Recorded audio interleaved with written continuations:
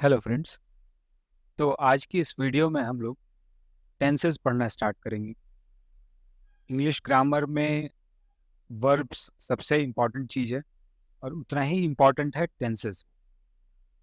कोई भी घटना होती है हमारे डेली लाइफ में या किसी भी तरह के सिचुएशन में, तो काल के 3 खंडों में होती है वो। या तो वर्तमान काल में होगी, या पास्ट में हो चुकी होगी, या भविष्य में होने वाली। इसी को हम लोग टेंस कहते हैं।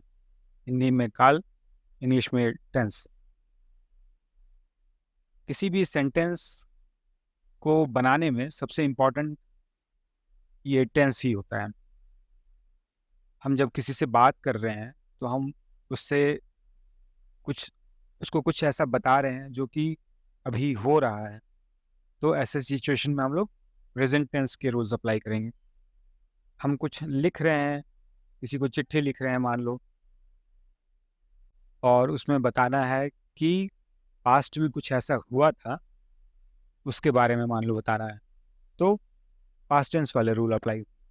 उसी तरह से किसी से हम बात कर रहे हैं, कुछ प्लानिंग बना रहे हैं कि परसों हम लोग गोवा जाएंगे घूमने, तो वहाँ पे फ्यूचर टेंस वाले रूल्स लगाने हैं। विल, शैल, ये सब यूज़ होगा। तो आज की इस वीडियो में हम सिर्फ और सिर्फ सिंपल प्रेजेंट टेंस कवर करेंगे। चूँकि टेंस बहुत ही कॉम्प्लिकेटेड सब्जेक्ट है, इतना आसान नहीं होता है चीज़ों को समझना। तो बिल्कुल थोड़ा-थोड़ा करके स्टार्ट करेंगे। एक बार में बहुत ज़्यादा पढ़ने से फिर वो सब दिमाग के ऊपर चला जाता है। जो लोग इस तरह का वीडियो बनाते हैं 15 मिनट में सारे टेंसेस कवर्ड, तो प्लीज़ वैसे वीडियो से बचें। ये कोई हलवा नहीं है। ग्रामर का सबसे मुश्किल पार्ट होता है टेंस। तो इसको थोड़ा थोड़ा करके खूब सारा प्रैक्टिस करेंगे हम लोग साथ में, और उस तरह से सीखेंगे। तो सबसे पहले तो ये जानते हैं कि टेंसेस की ज़रूरत क्यों पड़ती है हमें सेंटेंसेस बनाने में।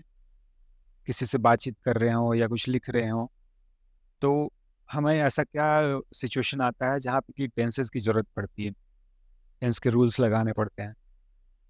तो उसका आंसर है, tenses are a fundamental part of the English language as they help in the following ways. काल अंग्रेजी भाषा का एक मूलभूत हिस्सा है क्योंकि वे निम्नलिखित तरीकों से मदद करते हैं। अब नीचे हम लोग देखेंगे कि कौन से तरीके हैं जहाँ पे, कौन से ऐसे सिचुएशंस हैं जहाँ पे कि टेंसेस के रूल्स हमें काम आते हैं। तो पहला तो है कि to describe things that take place at different times, past, present and future. अलग अलग समय पर होने वाली चीज़ों का वर्णन करना, अतीत, वर्तमान और भविष्य। मैंने अभी थोड़ी देर पहले बताया भी उसको। सेकंड है कि to build complex sentence structures for conveying complex ideas. जटिल विचारों को व्यक्त करने के लिए जटिल वाक्य संरचनाओं का निर्माण। अब हमेशा लाइफ में ऐसे सिंपल सिचुएशंस तो होते नहीं है भाई, कि मैंने आम खाया, वो मार्केट गई, मैंने क्रिकेट खेला, उसने गिटार बजाया। नहीं, हमेशा ऐसा सिचुएशन तो होगा नहीं। कई बार ऐसे सिचुएशन होते हैं जहाँ पे कि बहुत लंबे लंबे सेंटेंसेस बोलने पड़ते हैं हमें, बहुत लंबे लंबे सेंटेंसेस लिखने पड़ते हैं एग्जाम्स में पैसेज रीडिंग हो, पैसेज राइटिंग हो,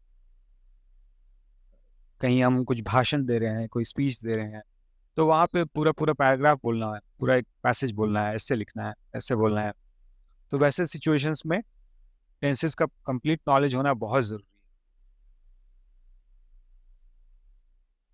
थर्ड है कि to bring clarity into your communication, अपने संचार में स्पष्टता लाने के लिए। संचार यानी अपनी बातचीत, वो बातचीत बोलने वाली बातचीत हो या लिखने वाली बातचीत। आप चिट्ठी लिख रहे हैं, किसी को ईमेल लिख रहे हैं, किसी को व्हाट्सअप लिख रहे हैं, इस तरह का कुछ भी कम्युनिकेशन किसी के साथ हो, बातचीत, तो वहाँ पे आप बिल्कुल क्लियर कट रहें कि आप किस तरह के सिचुएशन की बात कर रहे हैं, तो उसी तरह के रूल्स के साथ सेंटेंसेस लिखें या बोलें। तो ही सामने वाले को आपकी जो भी आप बताना चाहते हैं वो एग्जैक्टली उसके दिमाग तक भी वही पहुँचेगा। फोर्थ वाला इसी से रिलेटेड है, Without tenses, it would be challenging to express when events occur, leading to confusion. काल के बिना घटनाओं के घटित होने पर व्यक्त करना चुनौतीपूर्ण होगा, जिससे भ्रम पैदा हो। अब मान लो टेंस का सही नॉलेज नहीं है, अपने को रूल्स नहीं पता है, कुछ बताना है, कुछ ऐसा जो वर्तमान काल में हो रहा है, और हमने रूल्स लगा दिए भूतकाल वाले, तो सोच लो कि सामने वाले को क्या ही समझ में आएगा। वो कंफ्यूज हो जाएगा, बिल्कुल भ्रमित हो जाएगा कि यार ये बोलना क्या चाह रहा है, बोल क्या रहा है, सिचुएशन हुआ कुछ और है, बता कुछ और रहा है। तो इससे बहुत प्रॉब्लम्स होते हैं।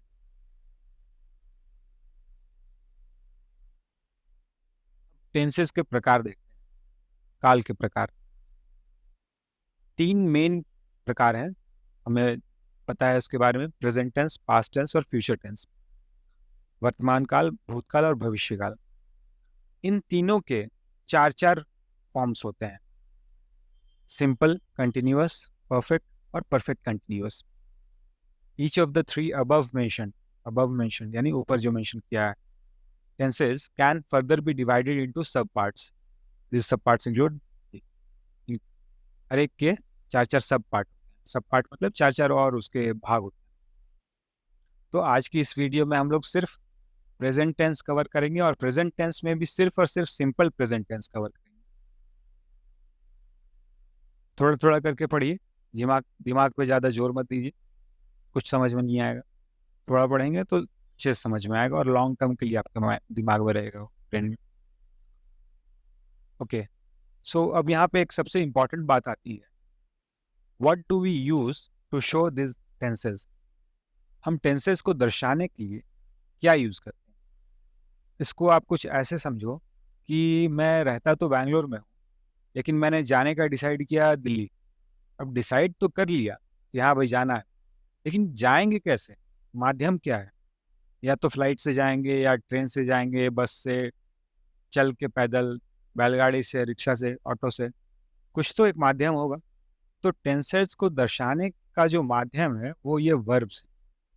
मैंने कहा इंग्लिश ग्रामर में 2 ही चीज़ सबसे ज़्यादा इंपॉर्टेंट है, वर्ब्स और टेंसेस। ये दोनों एक दूसरे के एक ही थाली के चट्टे बट्टे हैं। वर्ब्स को यूज़ करके हम टेंसेस को दर्शा सकते हैं कि भाई किस काल की बात कर रहे हैं। टेंसेस को दर्शाने के लिए वर्ब्स को यूज़ करना पड़ता है। तो ये एक ही पूरक है, एक दूसरे के बिल्कुल साथी हैं, एक के बिना दूसरा अधूरा है। ओके, सो यहाँ पे एक एग्जांपल लिया है मैंने, ईट। ईट वर्ड का, ईट जो वर्ब है उसका बेस फॉर्म है यानी कि V1 ईट। इसी का सिंपल पास्ट वाला यानी कि V2 फॉर्म है एट। पास्ट पार्टिसिपल वाला फॉर्म है यानी V3 eaten. Present participle V4 eating, और सिंपल प्रेजेंट V5 यानी ईट्स। सिंपल प्रेजेंट टेंस में एक ये फॉर्म यूज होता है, सिंपल प्रेजेंट वाला V5 वाला, और बेस फॉर्म यूज होता है V1 और V5 यूज होता है सिंपल प्रेजेंट टेंस के सेंटेंसेस में। हम आगे देखेंगे, मैंने बहुत सारे एग्जांपल्स दिए हुए हैं, आपको बहुत ही इजीली समझ में आएगा। तो अब मुझे देखिए यहाँ पे बताना है कि कुछ ऐसा जो रेगुलरली होता है, तो उस केस में मैं आई ईट लिखूंगा, या थर्ड पर्सन के लिए यूज करेंगे तो एस लग जाएगा, शी ईट्स। कुछ ऐसा बताना है कि जो पास्ट में हुआ, मैंने कल आम खाया था, उसने कल आम खाया था, ही एट मैंगो यस्टरडे। वो खाना खा चुका है, ही हैज ईटन फूड। वह खाना खा रही है, शी इज ईटिंग फूड। और ये जैसा कि मैंने बताया, थर्ड पर्सन ही शी के केस में एस के साथ लगेगा, सिंपल प्रेजेंट वाला फॉर्म होगा, एस लगेगा। और फर्स्ट पर्सन में बेस फॉर्म होता है वर्ब का, ये आगे हम एग्जांपल्स में देखेंगे। ओके, सो आज की इस वीडियो में हम लोग सिर्फ और सिर्फ सिंपल टेंस कवर करेंगे। उसमें भी सिर्फ और सिर्फ सिंपल प्रेजेंट टेंस ही कवर करूंगा मैं। यहाँ सिर्फ ऐसे ही बताने के लिए बता रहा हूँ कि सिंपल टेंस में तीनों आ जाएंगे: सिंपल प्रेजेंट टेंस, सरल वर्तमान काल, सरल कह लीजिए या साधारण कह लीजिए, एक ही बात।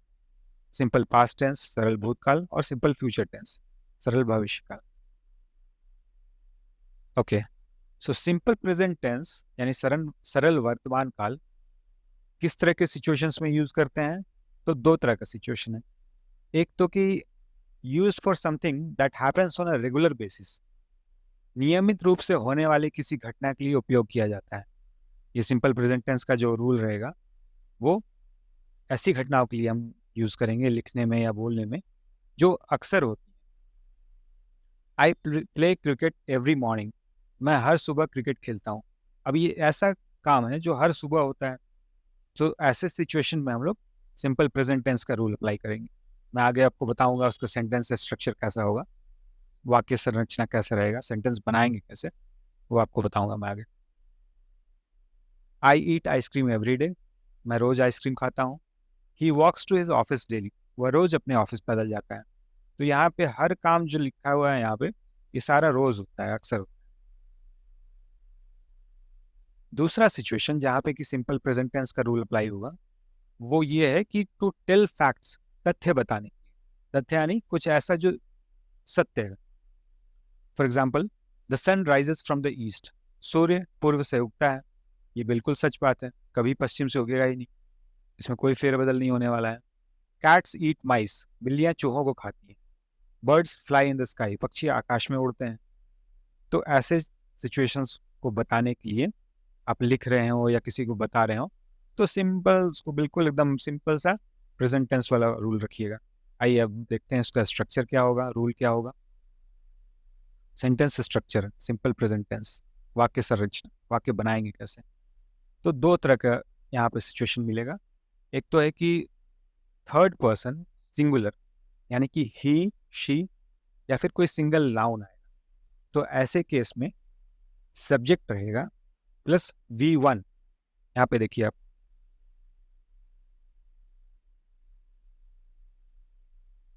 ये base form, base verb V1, ये वाला फॉर्म यूज करना है।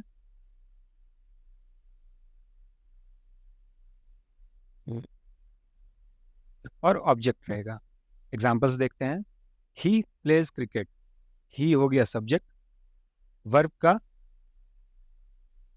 अच्छा यहाँ पे इस केस में थर्ड पर्सन सिंगुलर में यानी कि ही शी या फिर कोई सिंगल नाउन अगर आएगा तो एस या फिर ई एस लगा के बनेगा वर्ब के फर्स्ट फॉर्म के साथ।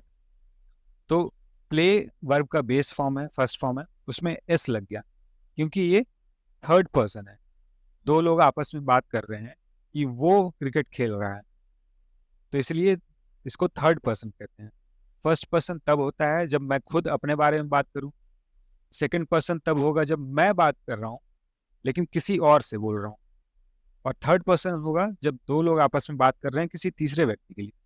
ये पर्सन्स पे मैंने पूरा एक वीडियो बनाया है, बहुत ही डिटेल से उसमें समझाया है, आप उसको देखिए, आपको पर्सन्स का डाउट क्लियर हो जाएगा।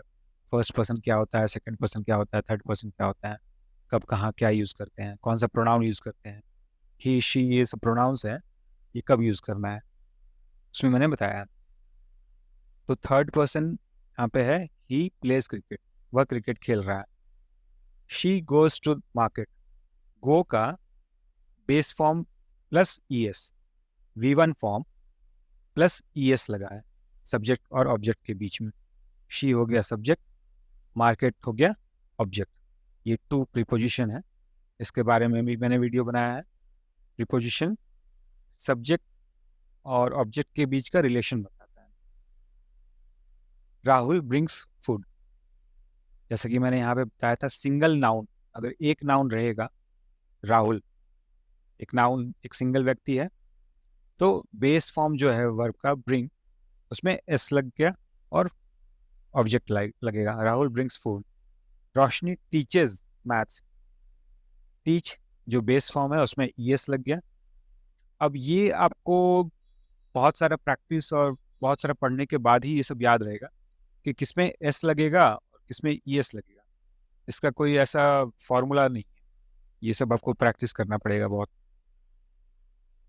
The girl sings a song, the एक आर्टिकल है, गर्ल एक कॉमन नाउन है, एक सिंगल गर्ल की बात हो रही है यहाँ पे, मैंने यहाँ पे देखिए लिखा है single noun.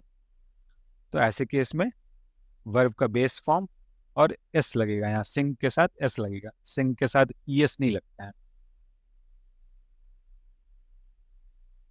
The girl sings a song.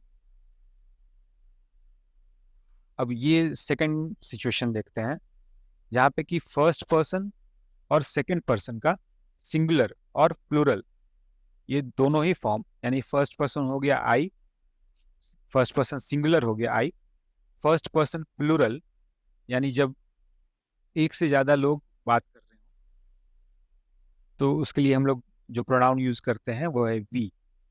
आई तब यूज करते हैं जब मैं सिर्फ अकेले अपने लिए बोल रहा हूँ। जब बहुत सारे लोग अपने लिए बोल रहे होते हैं तो वी कहते हैं। We are going to the market, हम लोग मार्केट जा रहे हैं। I am going to the market, तो यहाँ सिर्फ मैं अपने बारे में बात कर रहा हूँ। अच्छा, यू अब एक ऐसा प्रोनाउन है जो दोनों ही सिचुएशन में काम आता है। सेकेंड पर्सन का ये प्रोनाउन है, फर्स्ट पर्सन का नहीं है। फर्स्ट पर्सन का आई और वी है, सेकेंड पर्सन का सिंगुलर और प्लूरल दोनों में ही यू लगता है। अगर मैं किसी से कह रहा हूँ you are playing video game, तो किसी एक से बात कर रहा हूँ या फिर एक से ज़्यादा भी हो सकते हैं। यू आर प्लेइंग फुटबॉल, तो ये हो सकता है मैं पूरी एक टीम से कह रहा हूँ। और थर्ड पर्सन प्लूरल यानी कि they are going to the temple, या फिर दो या दो से ज़्यादा नाउन। तो इन सभी सिचुएशंस में आई वी यू दे या फिर दो या दो से ज़्यादा नाउन्स वाले सिचुएशन में ये रूल रहेगा सेंटेंस स्ट्रक्चर का, सेंटेंस बनाने का। बिल्कुल सिंपल सा है, कोई इसमें कुछ भी ऐसा सर्कस नहीं है। सब्जेक्ट रहेगा, वर्ब का बिल्कुल V1 वाला फॉर्म रहेगा, बेस फॉर्म, और ऑब्जेक्ट रहेगा। I play cricket, we play football, you play guitar, the girls, देखिए एक से ज्यादा यहाँ पे है, प्लूरल वाला सिचुएशन है, और थर्ड पर्सन वाला सिचुएशन है। मैं किसी से कह रहा हूँ the girls sing a song, दो लोग आपस में बात कर रहे हैं तीसरी टीम के लिए, एक से ज्यादा लड़कियां हैं तो एक ग्रुप कहेंगे हम उनको, उस ग्रुप के लिए बात कर रहे हैं। The girls sing a song, यहाँ पे था the girl sings a song, यहाँ पे एक सिंगल लड़की की बात हो रही है, तो थर्ड पर्सन सिंगुलर में वर्ब के साथ एस लगता है, जबकि थर्ड पर्सन प्लूरल में वर्ब का बेस फॉर्म होता है। ये आप एकदम फिर से समझिए इसको। थर्ड पर्सन सिंगुलर में वर्ब के साथ एस लगता है, सिंपल प्रेजेंट टेंस वाला रूल, सिंपल प्रेजेंट टेंस वाले सिचुएशंस में। और थर्ड पर्सन का प्लूरल फॉर्म होगा अगर, तो वर्ब का बेस फॉर्म बन लगेगा। The girls sing a song, लड़कियां गाना गा रही हैं, गाती हैं, गा रही हैं नहीं, वो कंटिन्यूअस वाला बाद में पढ़ेंगे। लड़कियां गाना गाती हैं, कुछ ऐसा है जो रेगुलर बेसिस पे हो रहा है। सिंपल प्रेजेंट टेंस कब यूज करते हैं, मैंने अभी पिछले स्लाइड में बताया, या तो तथ्य बताने के लिए या फिर कुछ ऐसा बताने के लिए जो नियमित रूप से हो रहा है। आप कोई भी मन में एक ऐसा सिचुएशन सोचिए जो आप डेली बेसिस पे करते हो। मान लो आप सोने के पहले हर दिन किताब पढ़कर सोते हैं, कुछ कुछ भी ऐसा स्टोरी बुक, या फिर गाना सुनकर सोते हैं, तो आप इस सेंटेंस को ऐसे लिखेंगे, I listen to a song before sleeping, मैं सोने के पहले गाना सुनकर ही सोता हूँ। तो फर्स्ट पर्सन है इसलिए बेस फॉर्म लगेगा लिसन, लिसन्स नहीं होगा। किसी दो लोग किसी तीसरे व्यक्ति के लिए अगर बोलेंगे तो he listens to a song before sleeping, वह सोने के पहले गाना सुनता है। Third person plural, they dance, verb का बेस फॉर्म है। दो या दो से ज्यादा noun, Ravi and Vaibhav write the exam, Ravi और वैभव एग्जाम लिखते हैं। यही तीन लोग होते हैं, Ravi Vaibhav and Supriya write the exam, Ravi Vaibhav और सुप्रिया एग्जाम लिखते हैं। इसको आप फिर से एक बार ध्यान से सुनो, बिल्कुल धीरे से, और इसको पूरा समझने का कोशिश करो। बस, थैंक यू, यही इतना था। आज के इस वीडियो में हम लोग सिर्फ और सिर्फ सिंपल प्रेजेंट टेंस कवर करेंगे। इसका सेंटेंस स्ट्रक्चर समझिए आप कि वाक्य कैसे बनता है। ये वाला जो रूल है, सब्जेक्ट प्लस वर्ब का बेस फॉर्म प्लस एस या फिर ईएस और ऑब्जेक्ट, ये सिर्फ इन्हीं 3 सिचुएशंस में लगेगा। थर्ड पर्सन सिंगुलर का ही होगा, शी होगा, या फिर एक सिंगल नाउन होगा। एग्जांपल्स देखिए यहाँ पे। जो दूसरा रूल है, सब्जेक्ट प्लस V1, वर्ब का बिल्कुल बेस फॉर्म लगेगा उसके साथ, और कुछ भी नहीं लगेगा, ना एस ना ईएस ना कुछ, और ऑब्जेक्ट। तो ये इन सिचुएशंस में काम आता है। आई, वी, यू, यू का सिंगुलर फॉर्म में भी काम आएगा, और जब आप एक से ज़्यादा लोगों से भी बोल रहे होंगे तब भी प्लूरल फॉर्म में भी यू ही रहेगा, और यही सेंटेंस स्ट्रक्चर रहेगा। और दे, या फिर दो या दो से ज़्यादा लोगों की अगर बात कर रहे हैं, उनका नाम लेके बात करना है, तो ये स्ट्रक्चर फॉलो करना है आपको। ठीक है, आज इतना ही करते हैं। आप प्रैक्टिस कीजिए और सेंटेंसेस बनाइए अपने डेली लाइफ से ही उठा के। आप पहले हिंदी में एक सेंटेंस लिखिए बिल्कुल सिंपल सा, और उसको इंग्लिश में कन्वर्ट करने की कोशिश कीजिए। उसमें का सब्जेक्ट ढूंढिए, ऑब्जेक्ट ढूंढिए, और बीच में जो वर्ब है उसको बिल्कुल सिंपल प्रेजेंट टेंस वाले रूल में अप्लाई कीजिए, और सारे सिचुएशन में अप्लाई कीजिए। खुद के लिए अगर बोल रहे हैं तो कैसे लिखेंगे, एक से ज़्यादा लोग अगर खुद के लिए बोल रहे हो तो कैसे लिखेंगे, आप किसी से बोल रहे हैं सेकंड पर्सन से, किसी एक व्यक्ति से, तो कैसे उस सेंटेंस को बनाएंगे। एक से ज़्यादा लोगों से बोल रहे हैं, एक ग्रुप से बोल रहे हैं, क्लास से बोल रहे हैं, टीम से बोल रहे हैं, तो कैसे सेंटेंस बनाएंगे। अच्छा, दो लोग आपस में बात कर रहे हैं किसी तीसरे व्यक्ति के लिए, ही या शी, या एक से ज़्यादा लोगों के लिए, दे, या फिर दो लोगों का नाम लेके आपको सेंटेंस बनाना है। आपके क्लास में कोई भी दो लोगों का नाम आप सोच के, और एक कोई भी एक सिचुएशन सोचिए, और उसमें एक सेंटेंस बनाइए। तो आप देखिए, बहुत आपको मज़ा आएगा। बिल्कुल सिंपल इजी तरीके से आपको बनाने में इजी होगा। लिखना हो, किसी से बातचीत करनी हो, कुछ भी लिखना हो, ईमेल, व्हाट्सएप, कुछ भी, तो वहाँ पे आप बहुत ही ईजिली कर पाएंगे। आगे हम लोग और एक्सरसाइजेस भी करेंगे इस पर, और एक एक करके मैं बाकी के 11 और टेंसेज हैं।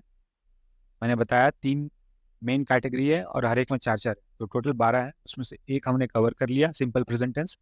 अब 11 बाकी है, उनको भी करेंगे। Thank you, good bye.